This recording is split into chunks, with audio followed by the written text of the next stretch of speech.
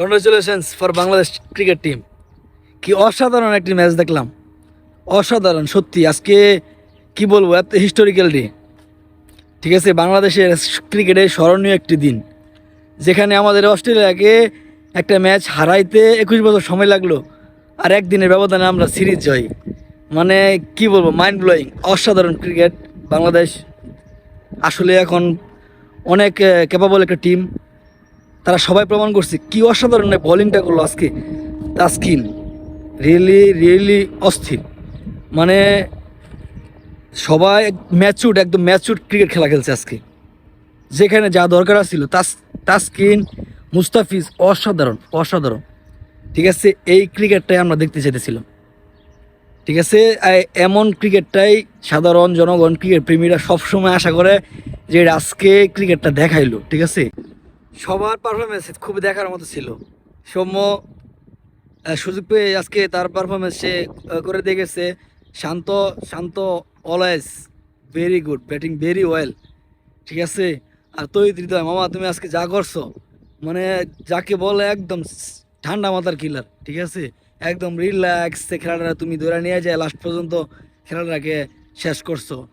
আর মিরাজ মামা, তুমি আজকে একটা কাজের কাজ করে দিছো। এমনিতে এরকম কাজের কাজ তোমার কাছ থেকে দেখি না, তুমি আজকে যা করছো অস্থির।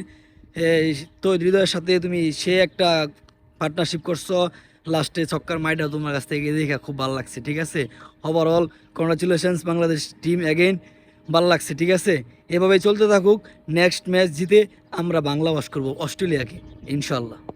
অস্ট্রেলিয়ার তো মামা দিছি বইরা, এরপরে আমরা আশা করতেছি ইংল্যান্ড এবং ইন্ডিয়া আসুক। তারা আসুক বাংলাদেশে, আমরা তাদেরকে ওয়েলকাম জানাই। যে আমরা আসলে কতটুকু ম্যাচিউরড হয়েছি, কতটুকু আমরা পারি। ঠিক আছে, ওরা দেখা যাক। ওরা তো আমাদের সাথে খেলতে চায় না, মানে ওদের সাথে আমাদের সিরিজ তেমন থাকেই না বললেই চলে। ঠিক আছে, অস্ট্রেলিয়ার সাথে সিরিজ থাকে না বললেই চলে।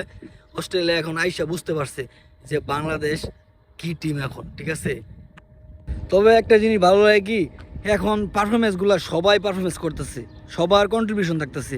হ্যাঁ, ফার্স্ট ম্যাচে মুসাদ্দেক, নাহিদ রানা জাস্ট অসাধারণ, তানজিদ তামিম, শান্ত অসাধারণ, এবং আজকের ম্যাচে সৌম্য সরকার, শান্ত, তারপর তহিদ হৃদয়, মানে জাস্ট কি বলবো, সবার কন্ট্রিবিউশন।